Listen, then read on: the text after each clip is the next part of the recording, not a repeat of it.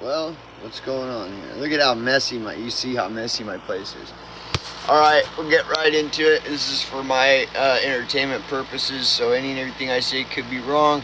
Therefore, do your own research, come to your own conclusions. We'll just get right into this. So, this is for the storyboard, and I'm gonna experiment with this idea of. So I'm just gonna talk about how I became a potential witness to a possible murder. How all this happened. How I became a potential witness in a murder investigation. This is true. So the murder investigation is real. And I became a potential witness to the investigation of a possible murder. I became a witness. And how this happened had nothing to do with me. I'm not looking to be a witness to a crime, and I'm not looking to be any of this. I just want to be left alone. You know, I don't do anything. I don't get involved in anything. You know, I unfortunately, well, I've talked about this a lot in my videos because I don't have many subscribers and views. I've been sober from alcohol and drugs in November it'll be 24 years, and all my friends, they're all sober. Like, I don't hang out with people that do drugs. I don't hang out with people that deal drugs or none of this. So, and all I do is whenever I do hang out with people, it's my sober friends.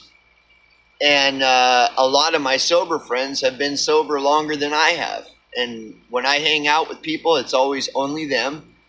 And outside of that, I'm not a social person.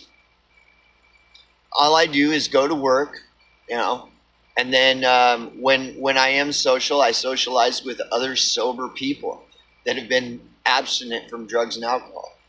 Boring life, right? Sounds pretty boring, doesn't it? Especially if you partake in smoking weed and, hanging out at the clubs or whatever, partying on the weekends or whatever. Well, then you would look at me as some kind of milquetoast fucking, stick in the mud, party pooper. I don't do any of the partying. I don't even smoke weed. I don't do nothing. And none of my friends do either. And we all hang out together, because we all have that same thing in common, that we don't drink or do drugs. And again, in November, it'll be 24 years that I've been absent. So I'm just a typical boring person, right? Like, I'm just a whatever. I keep to myself. I don't get involved in drama. I avoid drama, which is one of the main reasons why I don't drink and do drugs, is because I don't like drama. And whenever drugs and alcohol are involved in anything, there's always massive fucking retarded drama. I don't like drama. So I keep to myself, and that's it. So how did I become a potential witness in a murder investigation? This is the question. So it was because of the woman that I was with. I had been with her for 3 years. And during the last about year of that 3 years, she started making friends, which she had never had friends. And that was a problem for our relationship, that she didn't have any friends. And the people that she was associated with before we got together, they're all just scummy people. Like, so she doesn't really have very good discernment as to what kind of people are healthy people to be around. She doesn't have a discernment. And so me being with her for 3 years, part of the idea is to kind of like, maybe by hanging out with me and my friends, it would kind of give her a bit of discernment, and she could kind of grow out of this idea of just hanging out with whoever, drug dealers and fucking shit like this. And so that was the idea. And it worked for a little while. Like, she really did start to come out of her shell and kind of grow and stuff out of this, but so many people live this way. They don't have any discernment, etc., etc.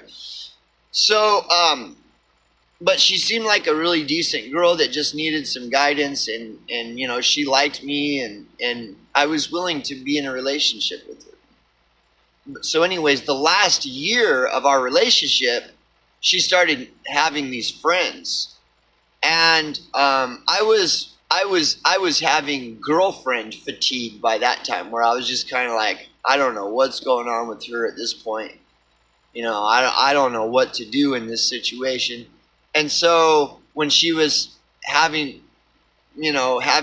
making these friends, I was all I could do was be supportive and be like, good, I'm glad, it's good to have friends, it's a really healthy thing, and I support you having friends. But the friends that she was with, like, they would all meet up to play online Pokemon. And I don't know if you can tell by looking at my appearance, do I look like someone who wants to go and meet up to play Pokemon video games? So I don't really have anything in common with her friends. I don't really have anything in common with her. That's why I was having the girlfriend fatigue and all this. I was just like, I don't even know what to do in this situation except for break up. What else is there left to do? But anyways, and so she was hanging out with these people for like a year. And, even though I realized that these are people that I don't have anything in common with, whatever, like, so what, So I don't have anything in common with them. That doesn't mean that, who cares? So I tried to keep the positive attitude of like, well, it's good that she has friends, right? It's good. Sorry, I apologize. So it's good that she has friends. So whatever. I wasn't like suspicious, like, who are these people? I figured by this point in time, like, she had enough discernment,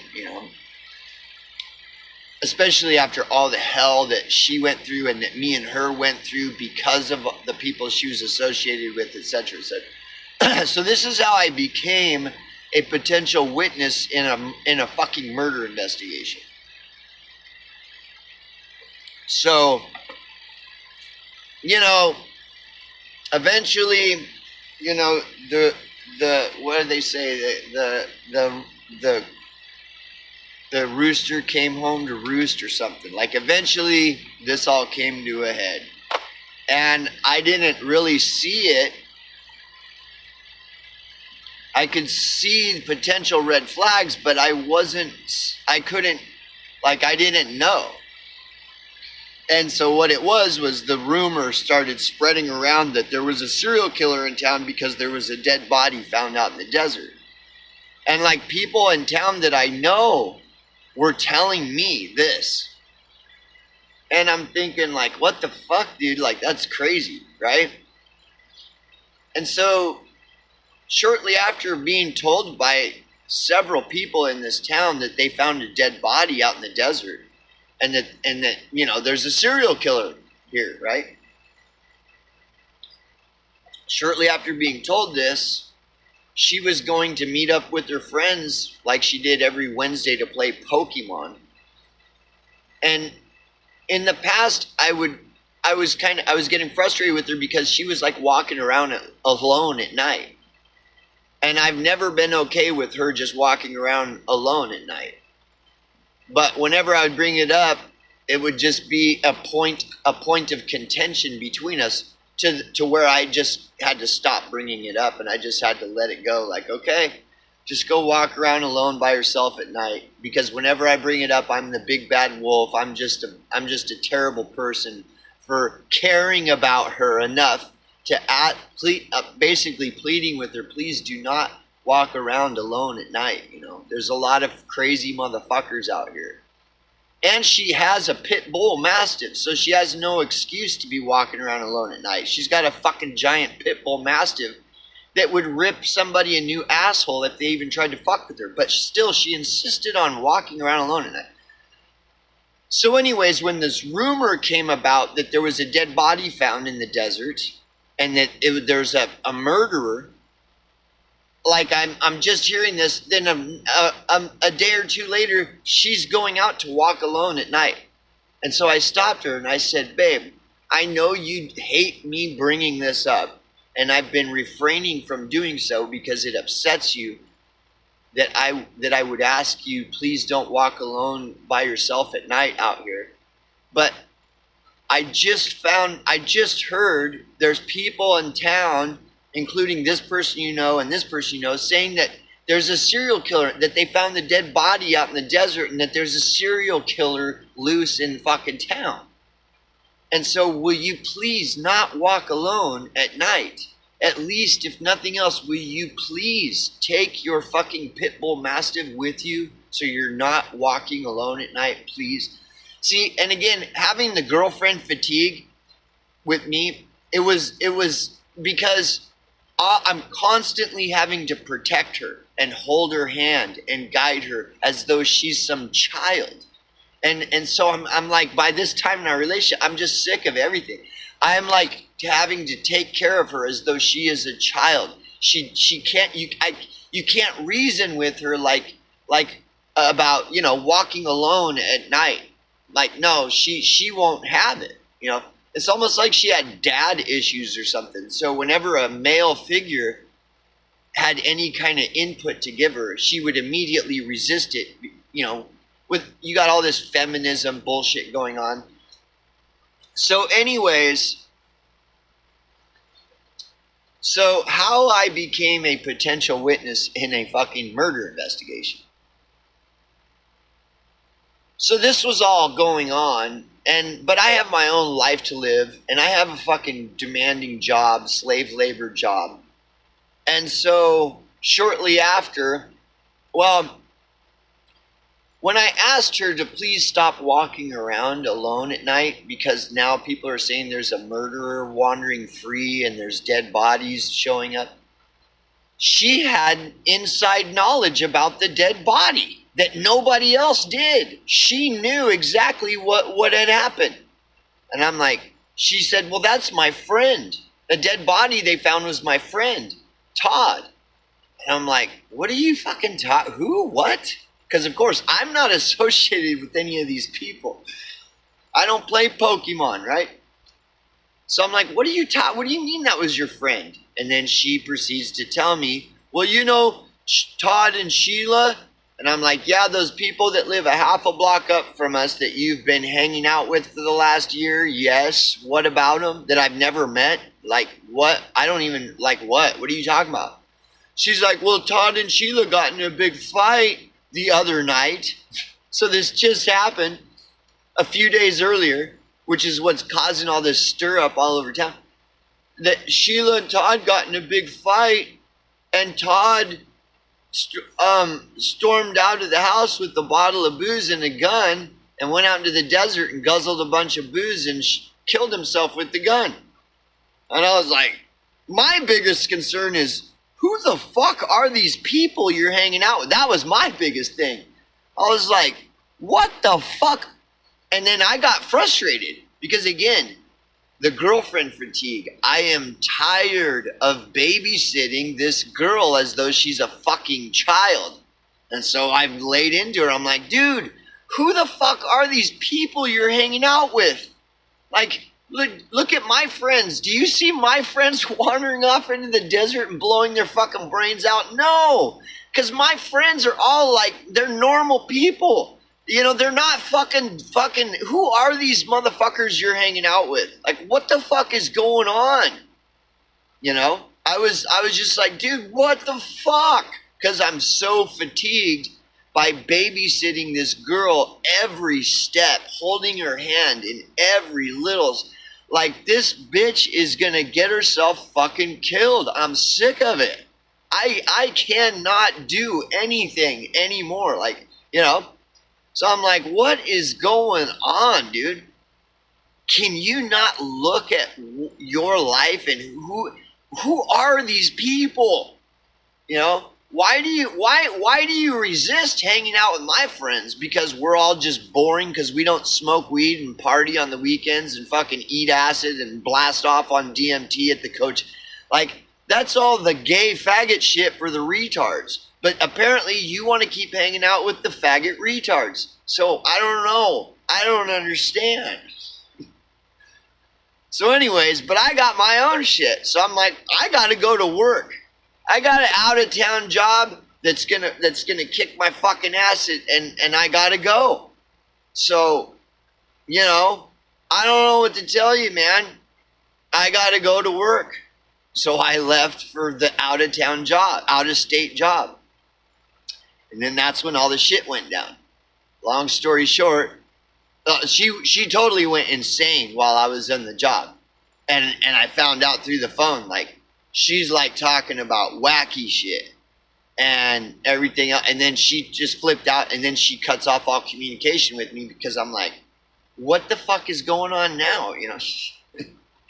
So then I don't know what's going on. So when I get back, when I finally get back from the job, from day one of getting back, shit hits the fan. So how did I become a potential witness in a murder investigation? So this is how it happens. I get back, and the first day, okay, and she is like, nobody knows what's going on with her. She's acting crazy. She's hanging out with these crazy people. And when I get back, I try to talk to her about it. She flips the fuck out, and she just leaves. And I'm like, I don't even know where she is. She's fucking missing in action. So I'm kind of calling around, talking to a couple of people I know. And so one guy's like, dude, you want me to come over? I was like, yeah. So he came over. Well, we ended up talking for like 3 hours. Okay. And he's the guy, one of the people that initially told me that there's a serial killer in town and they found a dead body in the desert. That was one of the people. And so when he came over, we started talking. And we, like I said, we talked for like 3 hours. And as we're talking, this all starts to get fleshed out, and he's telling me that, you know, these people that my girlfriend is hanging out with are under investigation for murder. And I'm still not really sure what to believe, because I've heard both sides. You know, she's telling me he killed himself. Other people are saying no, he didn't, because there was no gun when they found his body. There was no gun, etc. And so I didn't know what to believe. And I got my own problems. And I'm fucking sick of it. So I'm like, I don't care. Get me out of here. Fuck you. So he's telling me all that, telling me more detail. And he's telling me that Christina, my girlfriend, and all these people, Sheila, Todd's fucking wife, and all these just whack job people, they're all under investigation for the dead body that was found. It's a murder investigation. And then the more I'm listening to him, I'm like, what the fuck, dude? Like, what is going on? And then he's telling me, he's like, dude, they got those people's fucking phones tapped and shit. And if they got those people's phones tapped, they got your girlfriend's phone fucking tapped, okay? And if they got her phone tapped, they could have your phone tapped. And they're watching your place, they're watching her, and if they're watching her, and they're watching your place, they're probably watching you, which I don't care, like whatever. Like I said, I'm the most boringest motherfucker you'll ever meet. I don't even do anything. So why would I? You want to watch, you want to count my farts? Go right ahead, dude. Go right ahead, right?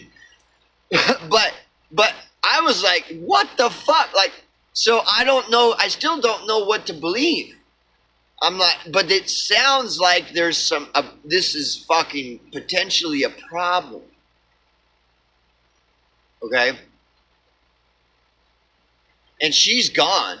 So for like 3 hours we're talking about this, and the majority of the conversation was around the dead body, and how it relates directly to my girlfriend and the fucking people she's hanging out with, and that it's under investigation. And so I'm like, I didn't know any of this. I didn't know how serious this was. I didn't know any of this until that first day I got back, which explains why my fucking ex went psycho while I was out of town. Totally just completely different person like that. So this guy's telling me that the cops are probably watching me because there's an investigation into this dead body, which, as I said, she explained it herself. Well, that's my friend. So inadvertently, I am now a part of all this and have been.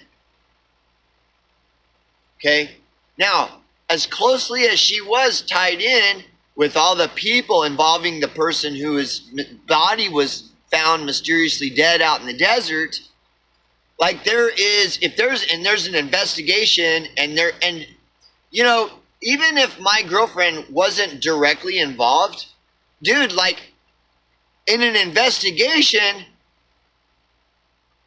she could have evidence, even unbeknownst to herself. There could be evidence on her person. There could be evidence in the RV we live in. There could be evidence. Like, she has like been hanging out with these people once a week for fucking over a year. So yes, she's under investigation. But the thing that's weirder is she was super close. She was like really enmeshed in with them people. A lot more than I knew. Because like when I would go do an out of town job for a month, you know, she'd be hanging out over there. And my neighbors were telling me they were seeing her going over there all the time. Whenever I was out of town, she was always going over there. So, who knows what the fuck they're doing? And they're like self-proclaimed witches and all this shit. I didn't know any of this, dude. So then I'm finding all of this out immediately. Like on day one I get back, all this I'm finding out. That I'm probably got my phone tapped. The place is being watched. She has fucking got her phone tapped and is definitely being watched because there's a murder investigation. And so how did I become a potential witness in a possible murder? That's how.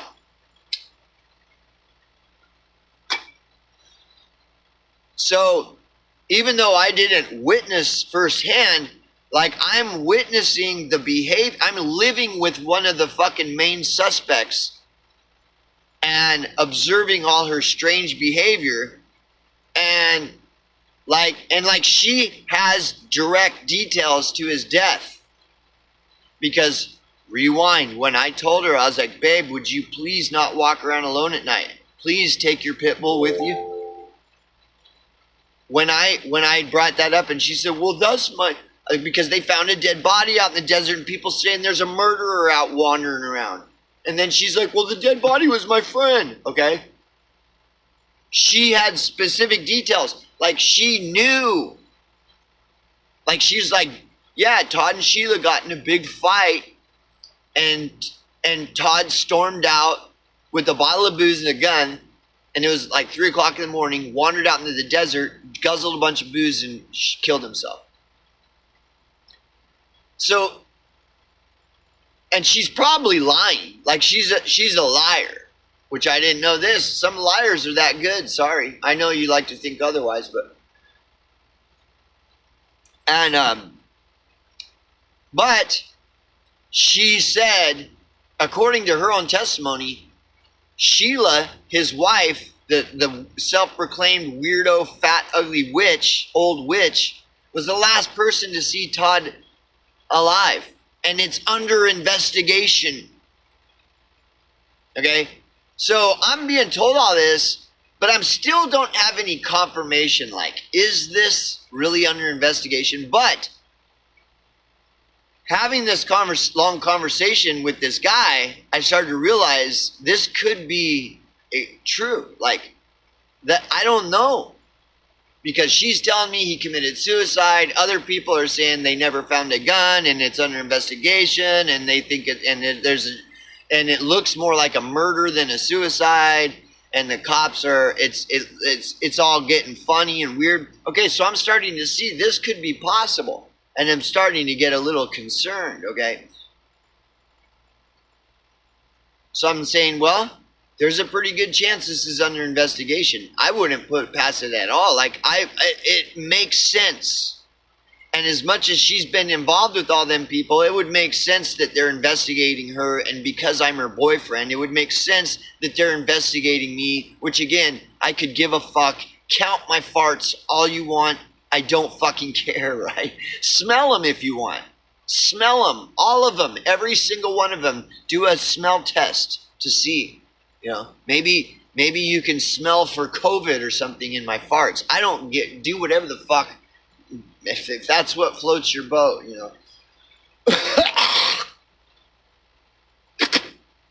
So I'm like, okay, I'm starting to process this and having to accept the possibility of all this. Again, how did I become a potential witness in a murder investigation? This is how it started. Okay. So within 24 to 48 hours of finding all this, more of hearing more of the speculation, a lot more details of the speculation surrounding this whole controversy. Within 24 to 48 hours after that, I receive a veiled death threat. And it was a very lengthy death threat phone call from what I thought was a friendly, someone who was close in my own sphere of friendlies. Was the one that put a veiled death threat out on me. And I can go over this and over this. When I answered the phone, I knew who it was. So I was like, hey, what's up, dude? And he's like, hey, Bubba. And it was immediately weird from the very beginning. It was like, hey, Bubba, I'm just calling to check in and make sure you're all right. So he already knew. Him saying that implies that he knows that there's all this crazy shit going on between me and my girlfriend. And he's claiming he's calling me to see if I'm all right. Then he goes from that to start lecturing me. I'm not sharpest tool in the shed, and I'm not smart like all you young guys, and but I'll tell you, I want to tell you what, on my experience. And he starts lecturing me and basically telling me that basically what he was saying is that I am making a mistake in trying to stand up for myself because my psycho ex is like fucking going crazy and targeting me. And that he says, I know you might want to play the big shot and blah, blah, blah. And he's like, but and then he goes into this. He says, the desert is a really strange place. And strange things happen in the desert out here. People show up mysteriously dead in the desert out here. And I'm just calling because I care about you, Bubba. And I just want you to know that, you need to get the fuck out of here. Right? And then he would circle back around. But, Bubba, I'm just concerned for you. And, I know you're inclined to gonna want to, do this and that. And the desert out here is a very strange place. And people show up mysteriously dead. And, you need to listen to me, Bubba, and take my advice, and you need to get the fuck out of here. And he kept saying over and over, like it was an obvious veiled death threat. Like it was which is the intent of a veiled death threat. The intent of a veiled death threat is to word it in a way to where by law it cannot be proven to be a death threat. But at the same time, the wording is so obvious to the recipient. That is the whole point. To instill that fear. So he's basically saying, if I don't get out of here, I'm going to be the next dead body that mysteriously shows up in the desert. And it was so obvious that after him repeating, going around and around with this same lecture, and saying, you need to get the fuck out. And he said it like that. It was all part of the operation to instill fear in me through a veiled death threat. And like, I was surprised because this guy was like I thought he was a friend, like a friendly acquaintance. I was like, wow, this guy's in on it too, you know? And so after letting him go on for like 5 minutes, repeating the same thing over, keep circling back around about how, you know, people show up mysteriously dead out in the desert and strange things happen here in this town and you need to take my advice and you need to get the fuck out of here. And on and on. Like after like 5 minutes of this lecture, I stopped and I said, hey, excuse me, can I stop you for a second? Is somebody threatening me? That's what I said. And then his response, oh, no, Bubba, I don't know nothing about no threat. No. Again, the veiled death threat. The veiled death threat is not to veil it from the recipient. The veiled death threat is designed to give an even more of an impact than if the person were to just directly say, dude, I'm going to fucking kill you. See, that's not as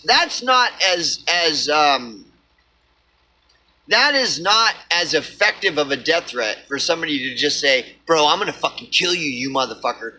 That's not as effective as a death threat as a veiled one. Because a veiled one means that it's just far more effective of a death threat.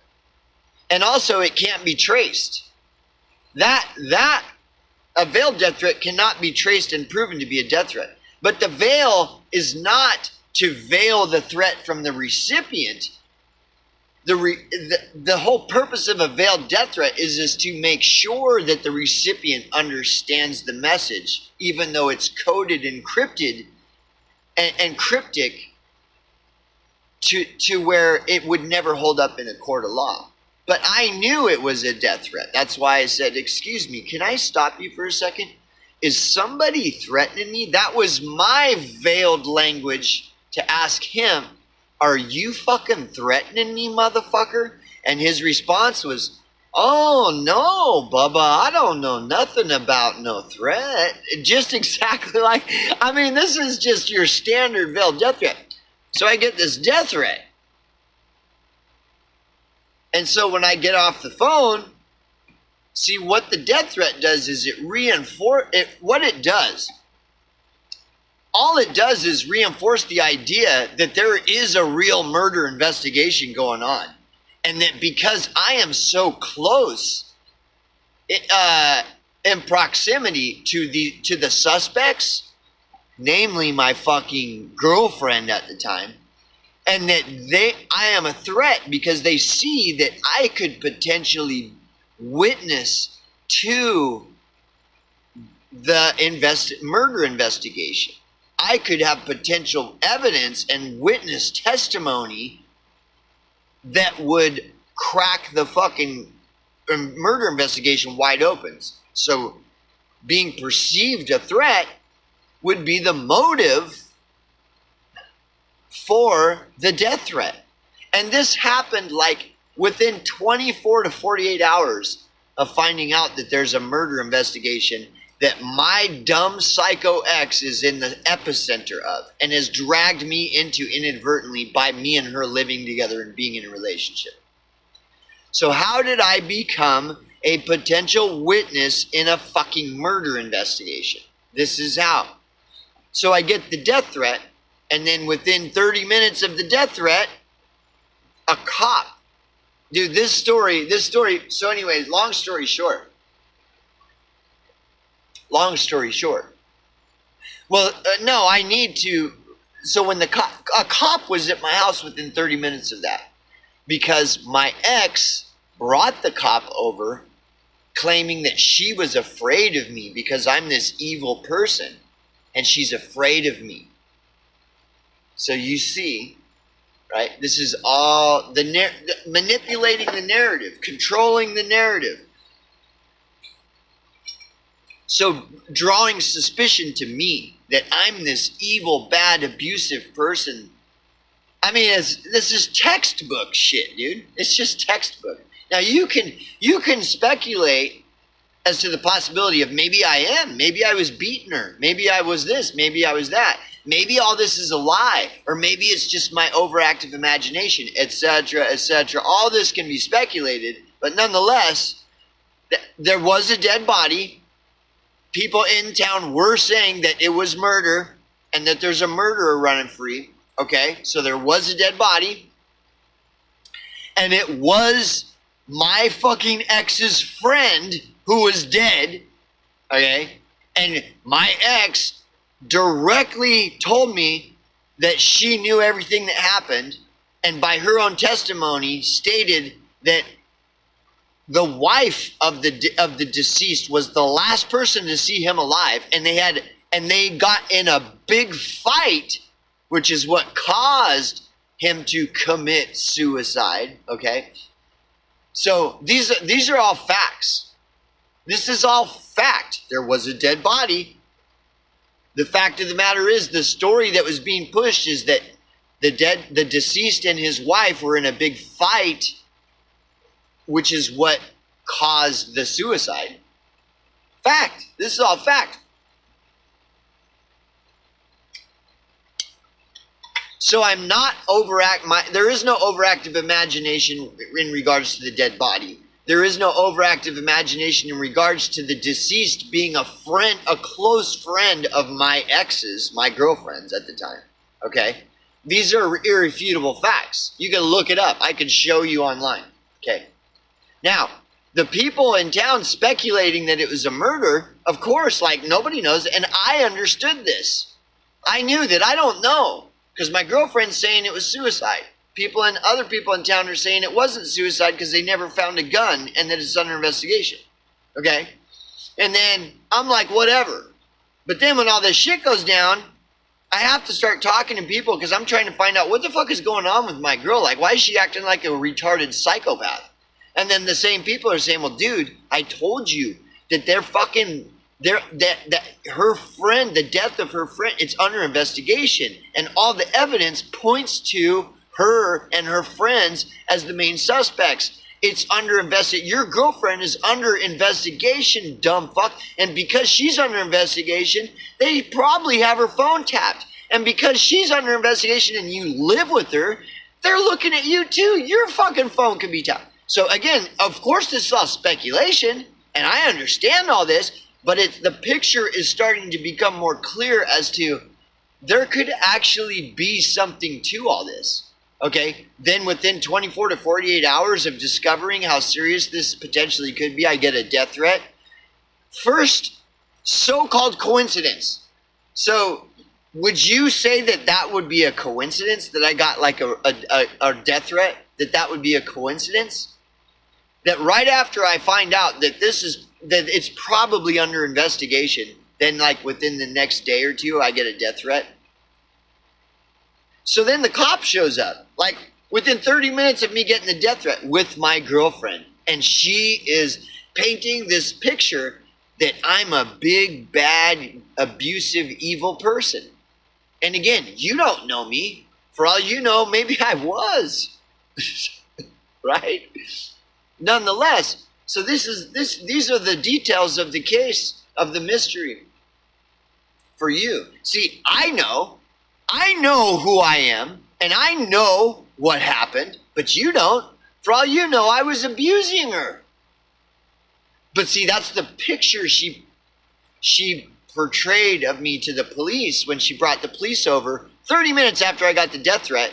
Now the police are over saying, well, she's saying that you're a big bad wolf and that you pick on her, and she's saying that she's fears for her life around you, and so that's why we're here. That's why the police are here, because she wants to get some of her stuff. And I'm like, go ahead. I ain't do shit. I don't know what the fuck. Like, this bitch is fucking psycho. That's all I know, right? So she goes in to get her shit, and I got a cop there. Well, in a way, that's a good thing, because I just got a veiled death threat, and now there's a cop right here, right? So I'm seeing a possible opportunity. Is like, maybe I can get some help, right? And there's this old woman that I'd never seen before. with my girlfriend and the cop. And I don't know, she literally looks like a witch, except for she doesn't have green skin, but everything else like totally looks like. So I'm like, I don't know who this bitch is. And here's the cop, and my psycho ex is going in to get some of her clothes and stuff. I don't even know where she's staying or nothing. I don't know nothing.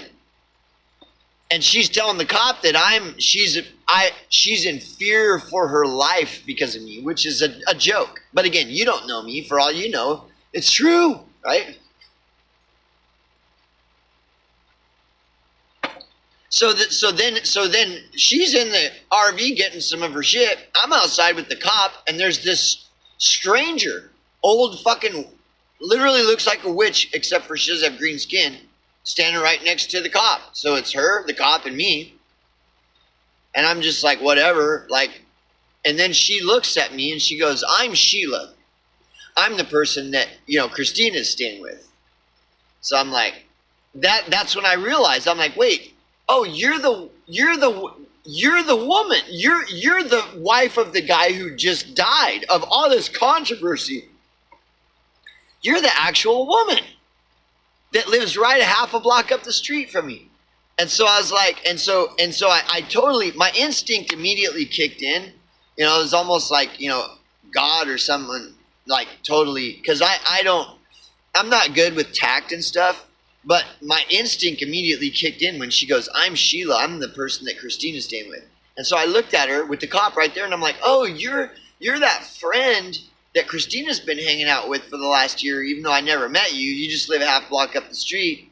She's like, yep. And and totally instinctual, I was like, well, nice to meet you, right? Even though fuck her, right? But I said, nice to meet you. I did all the pleasantries and shit. And she says, thank you, right? And then my instinct was just kicking in like nothing, dude. Like it was crazy. And so with the cop right there, my instinct saw an opportunity. Well, there's a cop right here. Here's the horse's mouth itself. There's all this speculation as to whether this person was murdered or suicide. And it's all this controversy and fear throughout the town. But it's all just speculation. So, I don't know. I don't know what's going on. So, but here she is. I can ask her right in front of the cop. So my instinct was like moving fast. And I looked at her and I said, hey, I heard that your husband passed away recently. And then she goes, just like out of a forensic files story. She goes, yep, they found him out in the desert dead. And that was it, like totally cold as ice. And it was hilarious because it was right in front of the cop. I mean, if I were a cop investigating, she would, the way she acted was like guilty as fuck, right? And so I'm like, oh my God. Like, she's like, yep, they found him out in the desert dead. And like I said, just her appearance alone, she literally looks like a witch except for green skin. All she needed was the green skin, and the wart on her nose. But I think she even might have had a wart on her nose. It looked that bad. Like, she's like, the optics were that bad with this bitch. I'm not even exaggerating. And on top of it, her attitude, yep, they found him out in the desert dead. It's like she didn't give a fuck at all. She's just like, yep. And so I was like, what the fuck? But again, my instinct is kicking in. Like, I don't know why.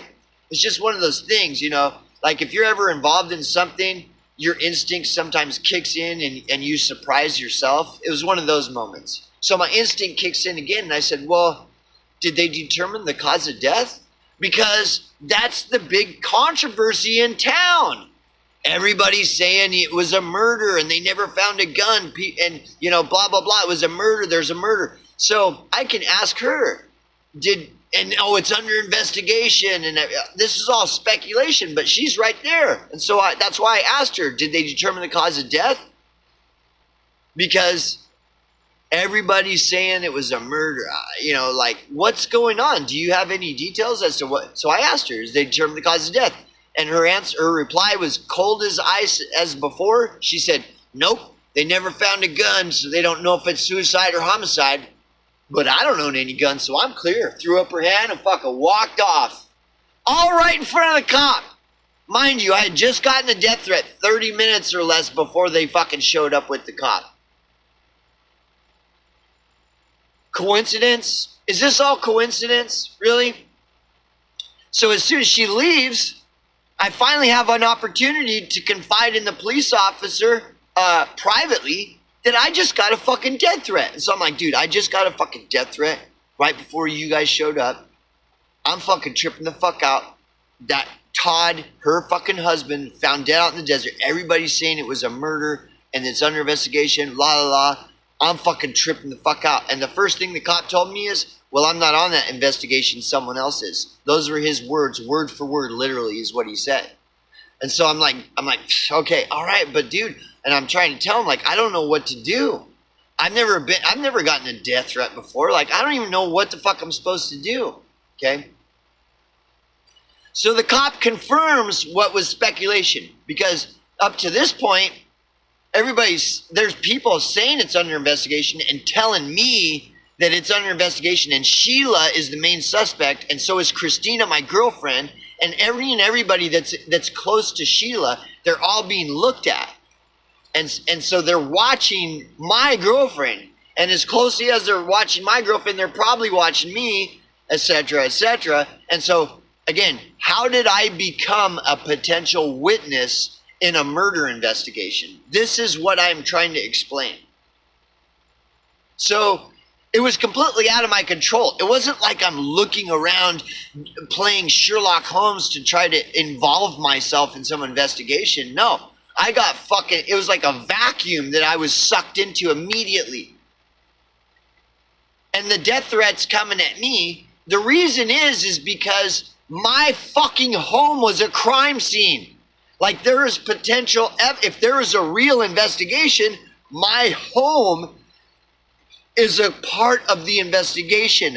My own girlfriend that I lived with for 3 years was part of the investigation. They were investigating her, and we lived together. So she is a point of fucking interest. The home that she lives in is a point of interest. And me living with her in a relationship with her makes me a point of interest. Like, there's all kinds of potential evidence with me, my memory, my fucking, what I've witnessed, what I've observed, what's in the RV, what are in the notebooks, what's in Christina's phone, my girlfriend's phone, are there text messages? What about my phone? Is there, what, right? So I am immediately, okay,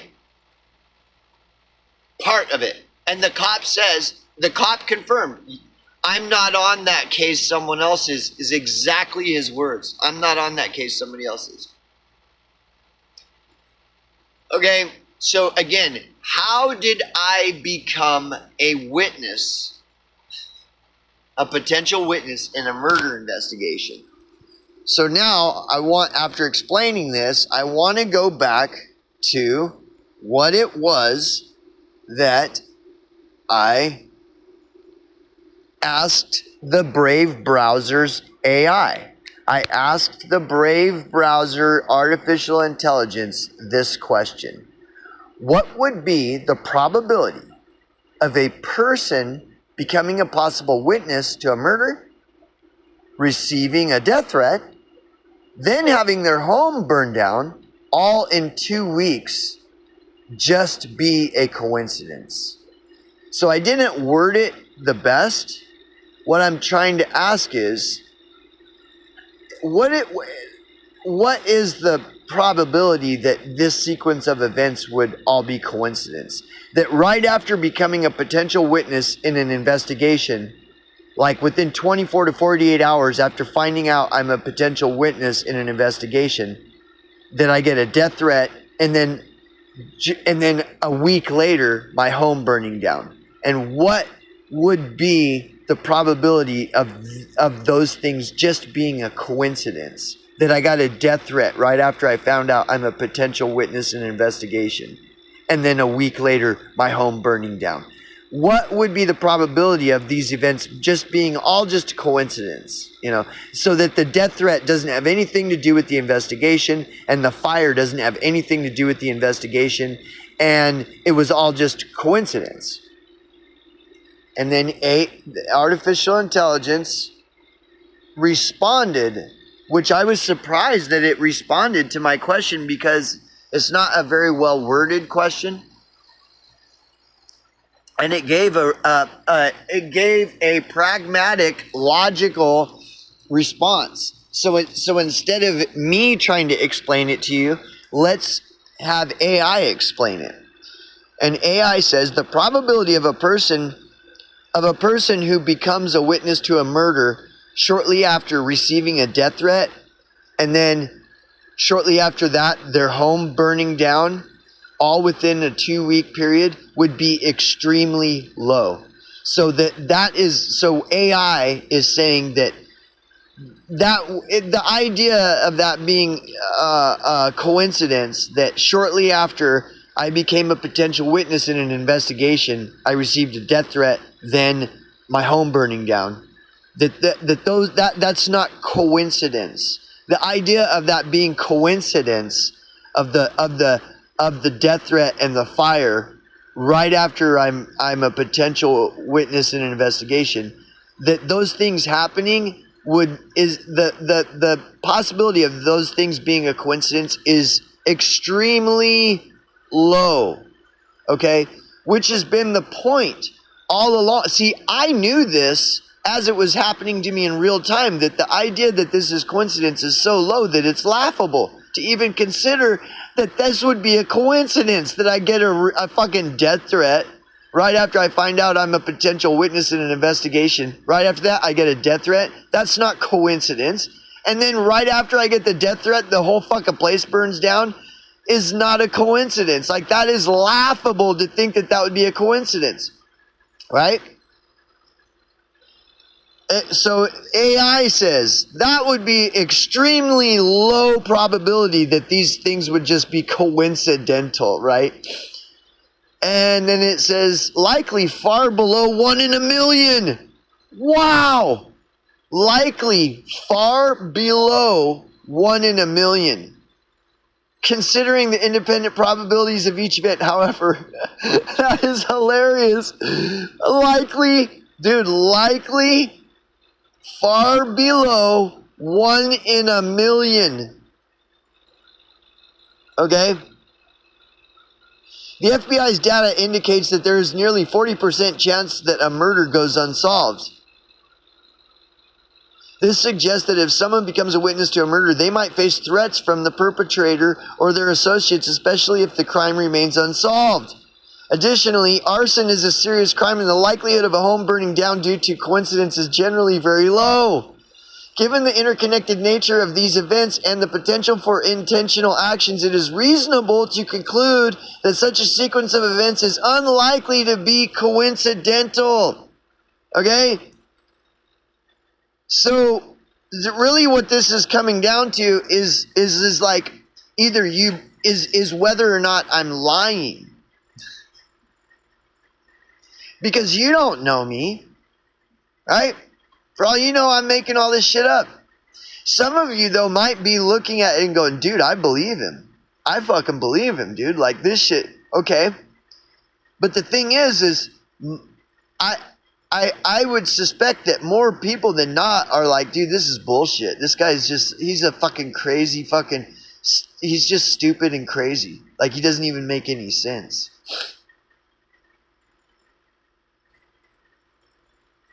But dude, so that would be the thing.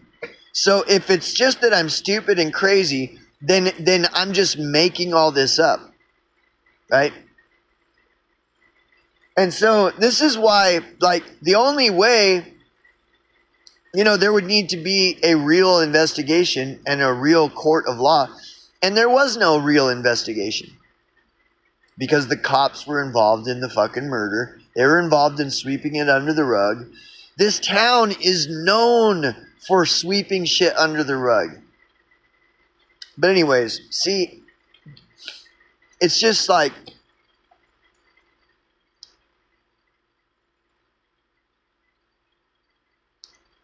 so anyway, this video is basically to explain how I became a potential witness in a murder investigation.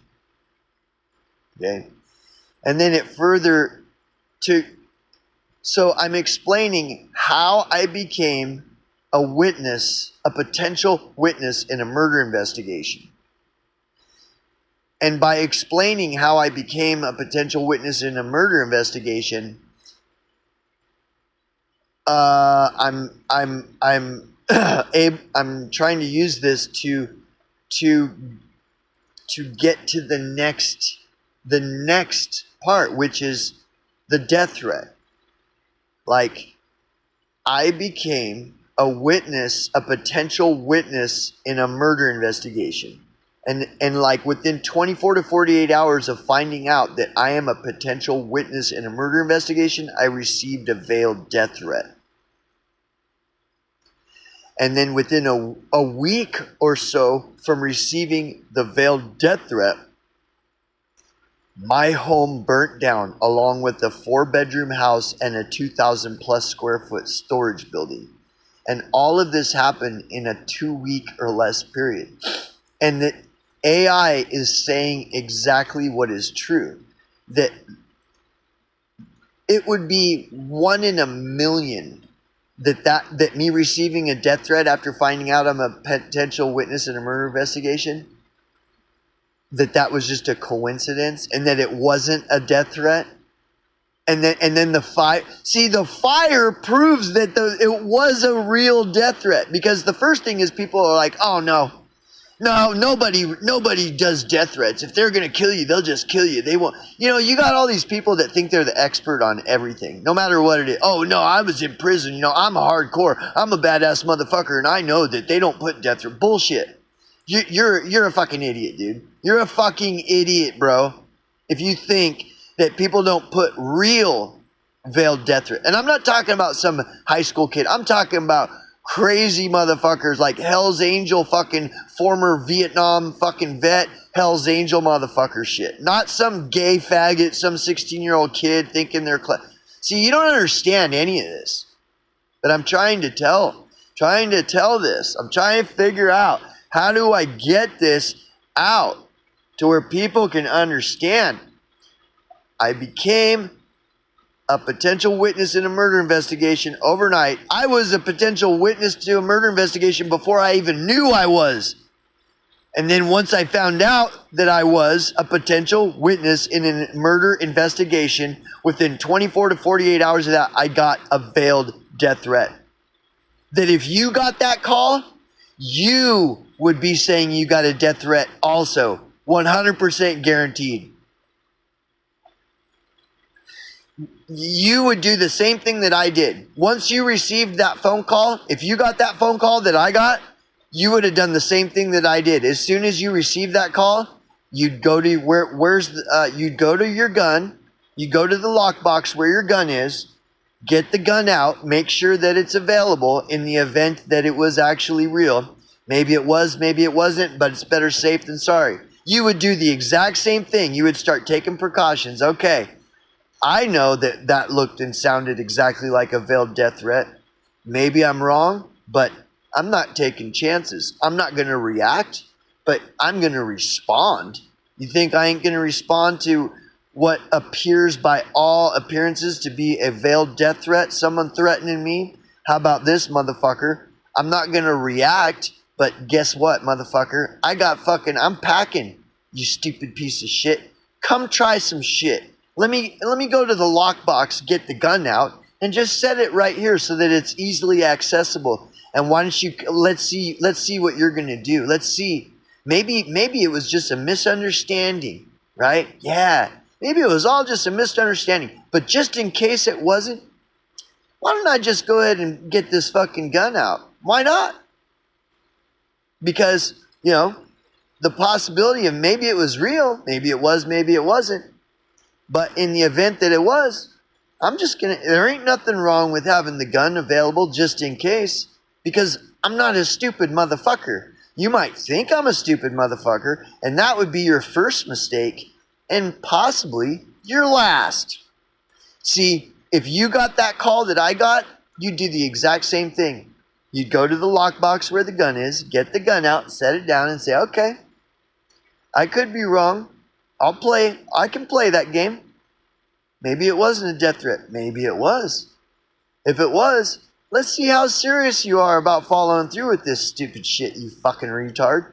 I'll fucking put I have nothing to lose. I will put a bullet between your fucking eyes. See, this is what I'm saying. You would have responded the exact same way I did if you got that call, which means that you would have interpreted it the same as me.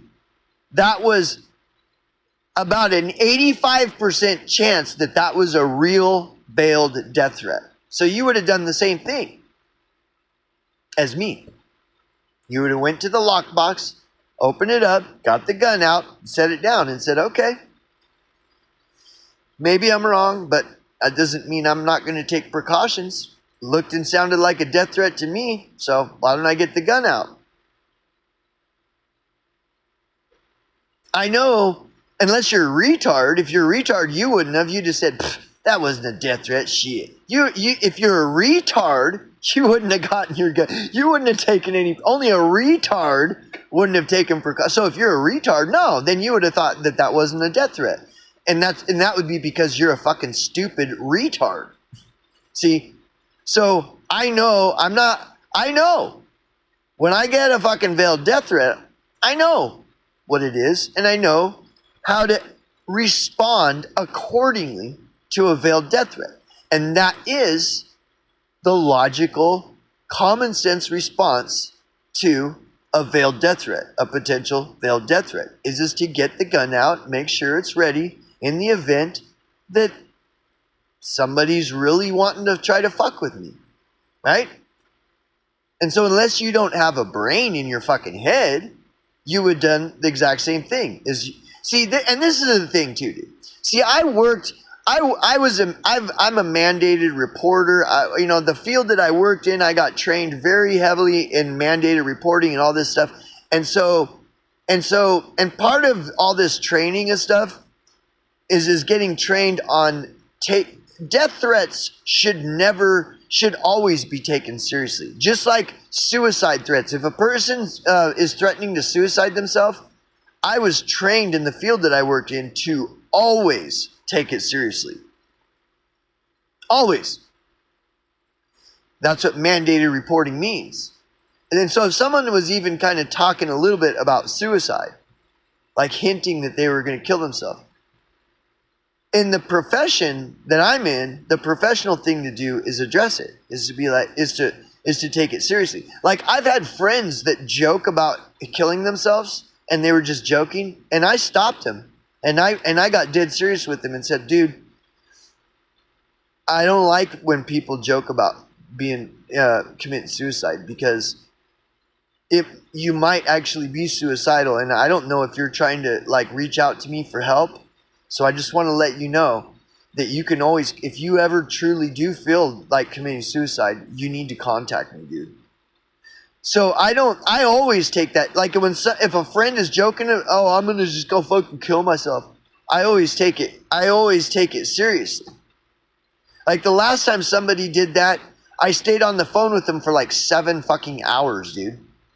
On the phone with them for 5 to 7 hours while they were talking about being suicidal. Whereas most people wouldn't spend more than an hour on the phone. I waited patiently for 5 to 7 hours on the phone, trying to figure out how can I be of assistance to this person who's talking about killing themselves. How serious are they about their claim to? So, and it's the same with death threats. Like if somebody were to be joking around, like, dude, I'll fucking kill you, you fucking. Even if it was a friend of mine, 9 times out of 10, even if it was a friend joking around, I'd be like, look, dude, I take death threats seriously. So you, dude, don't fucking tell me this shit. So now I'm going to have to get my gun out because I don't know. For all I know, you're going to go fuck up. Don't ever fucking joke around threatening me with death. Never do that. I would put my own friend, stop him dead in his tracks, say, don't ever fucking do that. I don't care who the fuck you are. I don't care if you're my mom or my dad. Don't ever fucking put a joke around with a death threat with me. Because I'll take it fucking serious. I guarantee you I will take it serious. That's just how I've always been, dude. So, when that phone call came, I knew what the appropriate response was to it. was just to get the lockbox out and get the gun out. I don't care. Somebody can act like they're the expert on everything gang and stuff and try to tell me, oh, nobody ever puts a death threat out on anybody. That's all bullshit. They don't, if they're, the real people that are involved in all that stuff, they never put a death threat. They'll just kill you. They won't even. It's like, dude, these people are retards. They just like to bolster themselves up into portraying themselves as an expert on something that they don't know anything about. There are movies that accurately portray like mafia and shit, and you can watch them. There's a lot of movies that are very closely depict what the real mafia and stuff was like, and you see them make veiled death threats all the fucking time. They'll be like, oh yeah, okay, to their own, like Goodfellas.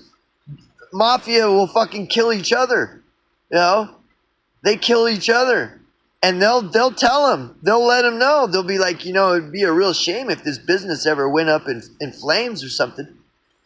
And see, those are the same people. The people that put out death threats are the same ones that'll say, "Oh, nobody ever puts out a death threat. If they're gonna kill somebody, they'll just kill them. They don't waste their time."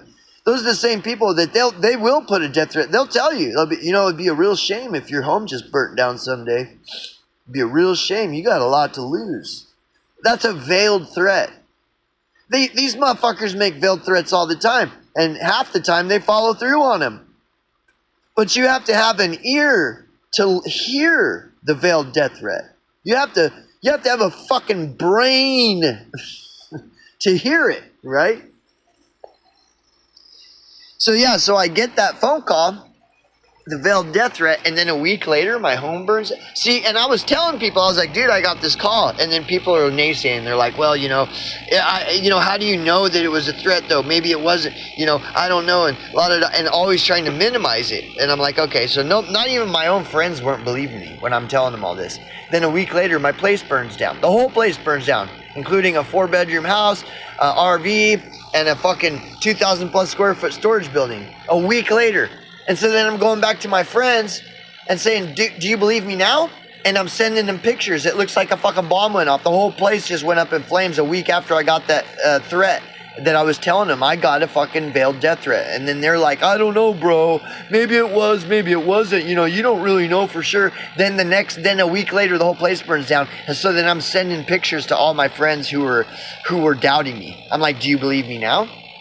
Like, what's it going to take? Is it going to take them finding my dead body out in the desert before you'll fucking believe me? Before you'll take me serious? And see, this is what happens with friends, even your closest friends.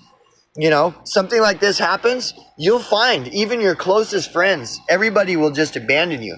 And what's hilarious is those same people will believe that it's a global genocide and that it's a global scamdemic and it's a global pandemic.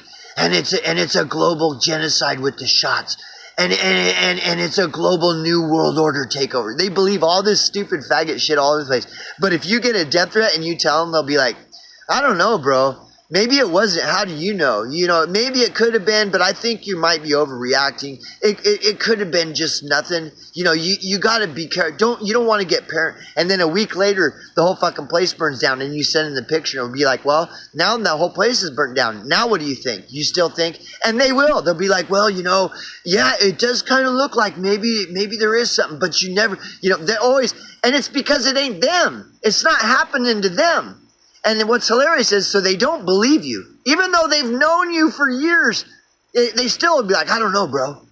Just because that phone call happened, it sounds like it could have been, but because I'm an expert, I would just want to let you know that you don't really know for sure. And then a week later, the place burns down, and you got pictures and everything, and you send it back to that same person. They'll be like, well, yeah, then they're acting like they're the expert again. They're acting like they're the expert. Like, oh, well, let me tell you, because of that, you may want to, you may be onto something here. Like, but whereas if it happened to them, they wouldn't be wondering, I wonder if I got a death threat. I wonder if that fire is connected. They wouldn't be wondering, I wonder if this is all just coincidence. No. But see, when it's not happening to them, they don't give a fuck. And again, but they sure do believe that this is a global genocide and it's a global New World Order Luciferian agenda, and it's a global takeover with scamdemics and play. They believe all that stuff, but if you get a death threat and your shit burns down, they'll be like, I don't know, bro. Because I'm kind of an expert on death threats, and I'm kind of an expert on this stuff because I've had experience too. And then that's exactly what they'll start going into. Well, you know what? Something happened to me. And then they'll tell this story of what happened to them. And it's like nothing compared to what's happening to you. Having just received a death threat and your place burnt down because you inadvertently became a witness in a murder investigation. Like what they're talking about is something stupid, like they got in a fight with their girlfriend and the tires got slashed and they think that the girlfriend sent their fucking guy. Like it's nothing. Like it would blow your mind if this shit happened to you, what I'm trying to storyboard. If this shit happened, it would blow your mind. Like even your closest friends would just go full retard. Like they would go so fucking faggot retard on you. And it doesn't matter. And like I said, like I'm showing you.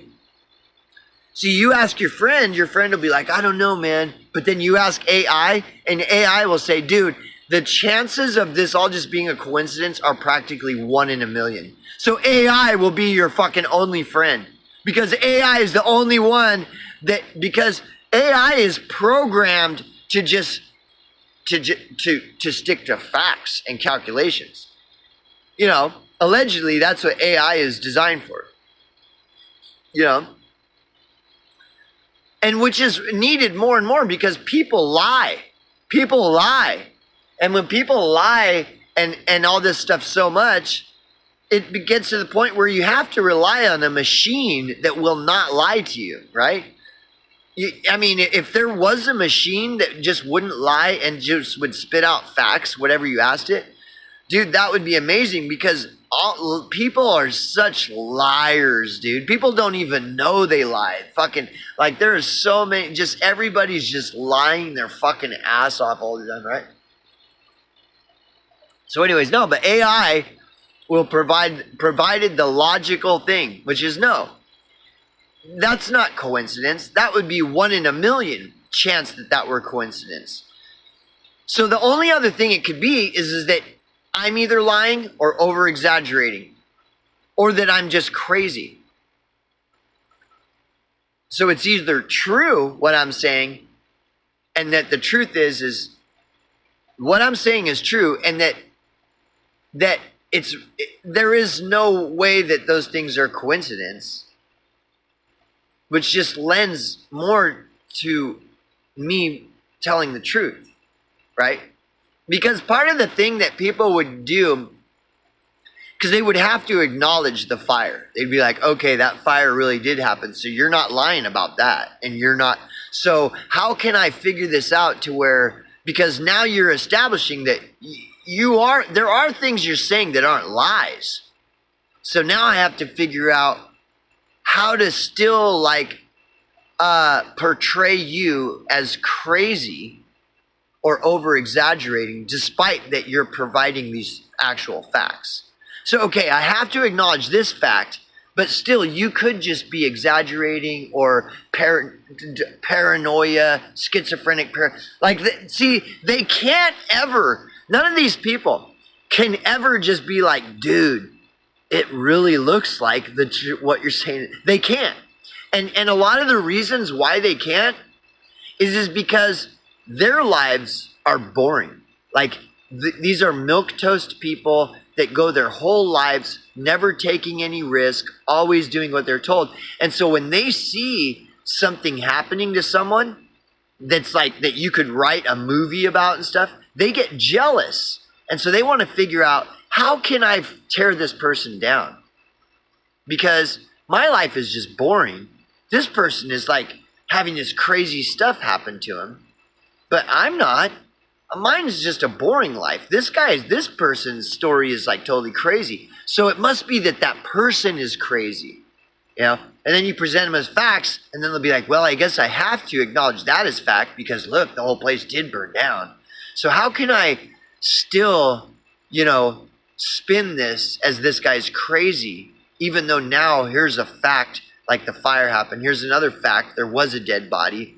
Here's another fact: the police did the investigation was taking place. So here's all these facts, but I'm just trying to figure out how to punch holes in this guy's story, not to get to the truth, but because I'm just a fucking loser with no life.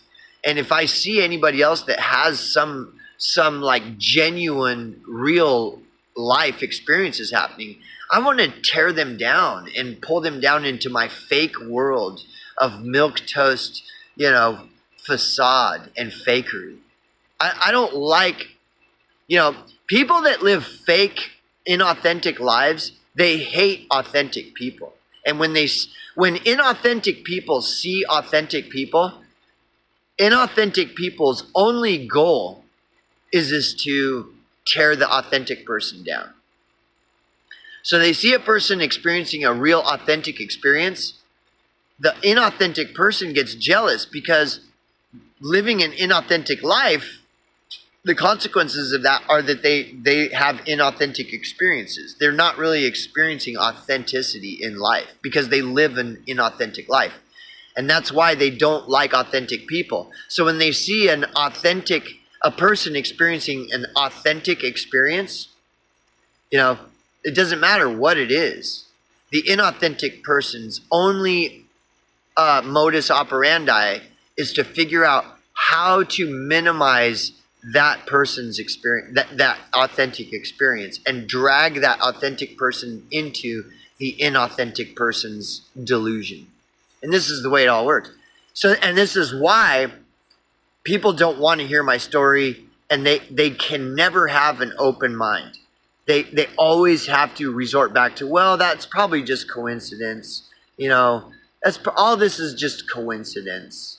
I don't really think that, there was a murder, even though it may have been under investigation.